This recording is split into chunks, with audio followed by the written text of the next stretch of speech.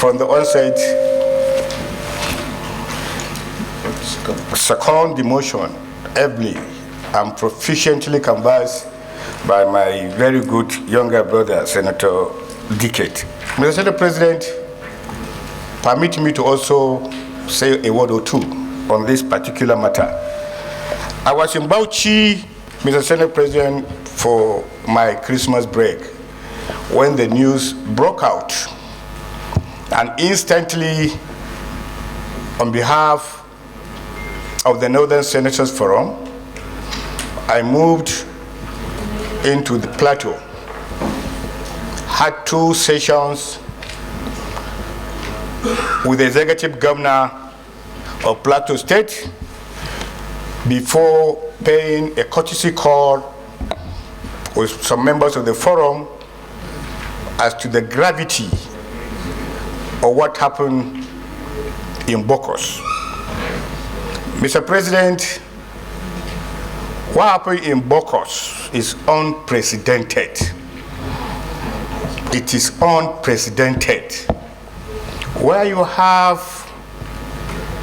a catchment of bandits, over 400 of them moving at a go. And when I sat with the governor,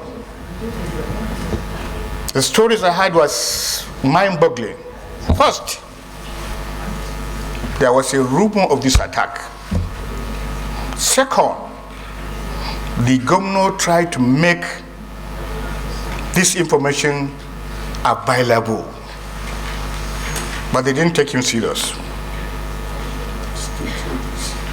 Sir, I was at Jute Teaching Hospital in Jos, and you could see a 3-month-old baby with a gun wound. 3 months. Some actually beheaded. This is unprecedented. It is important, sir, like I always say, until we see the importance of security as the only survival of this country, we'll never move forward. We need to urgently, sir, call the security agents to question. There's no synergy. Forget that the IG were there, the station security were there. It is important that they are there. But where is the synergy? Sir, as we speak, Plateau State government is in dire need. It's in dire need because right now they are settling more than 150,000 IDPs. They are feeding them. The entire security architecture of the state, they are paying for them. What was discovered? That these marauding bandits are not moving with weapons. Those weapons were actually domiciled in some certain locations. All they do is to come and pick them. That means there is something behind what is happening in Plateau. Who are these people? Who are these people and where are they doing it? Because you go there, sir, from the outside, you thought it's a religious war. None of it. There's something behind it that this Senate must need to unearth. It's a very terrible phenomenon, Mr. Senate President. We have forgotten our humanity.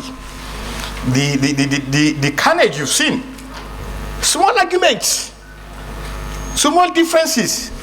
People will kill people in their thousands, in their dozens, and it doesn't touch their conscience.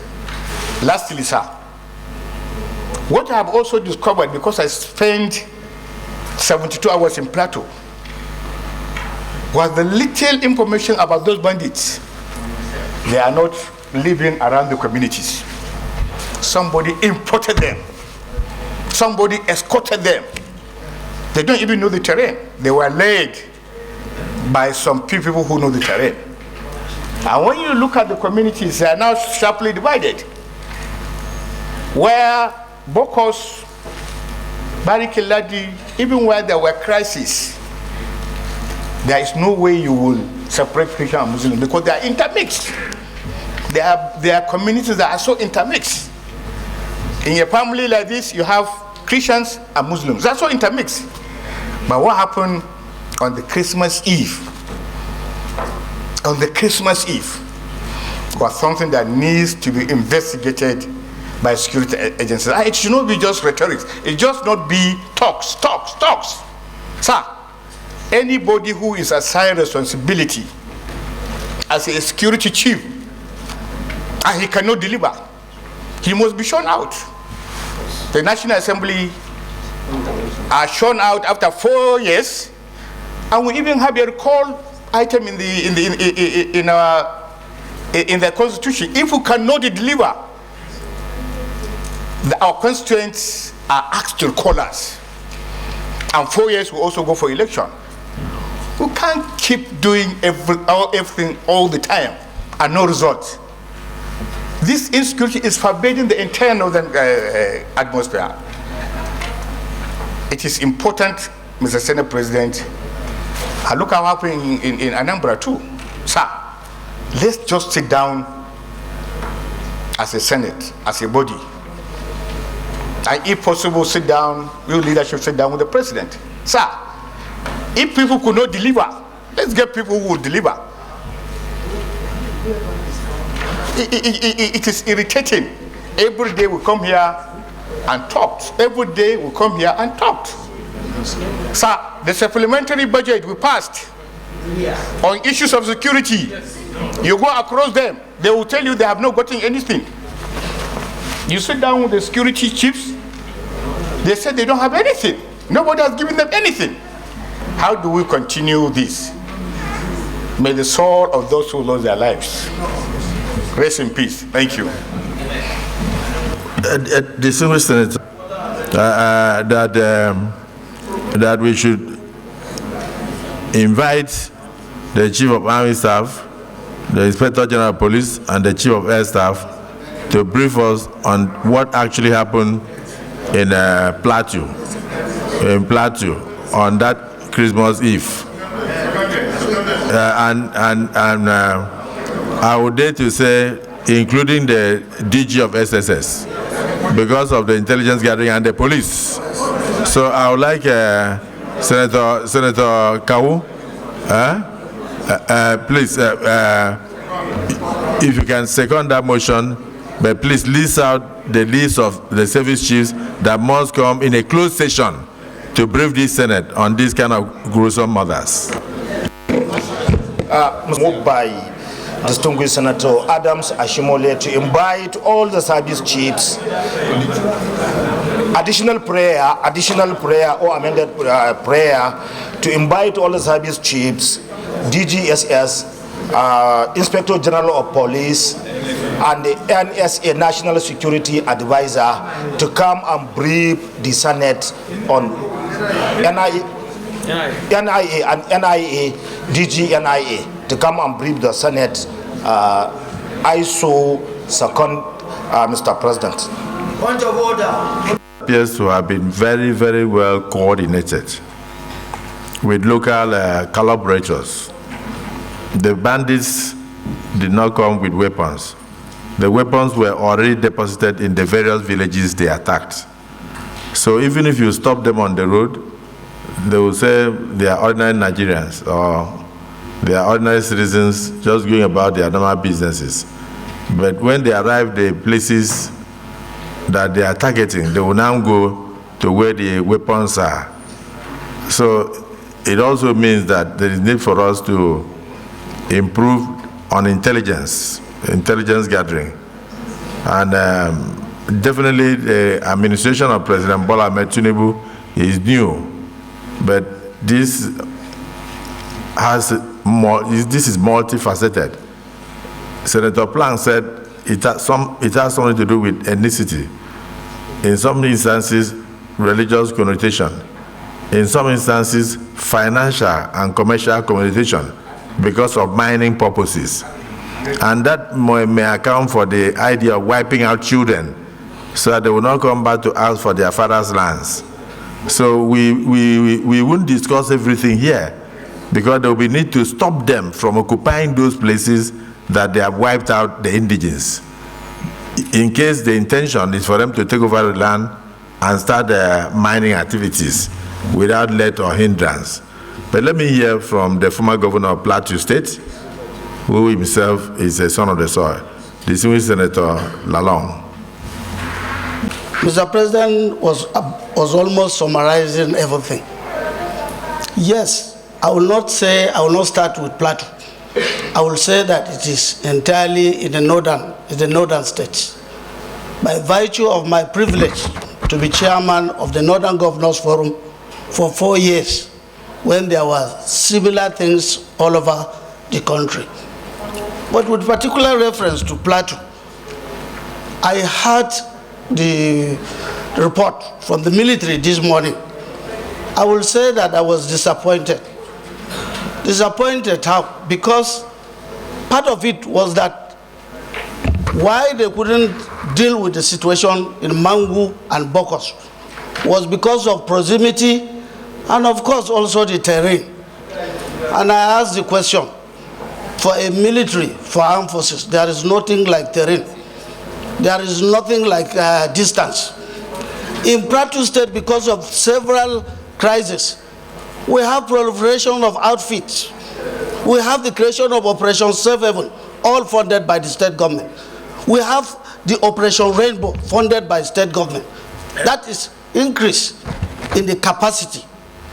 Of recent, we created the Kerang Rescue, which is an Air Force base with helicopters.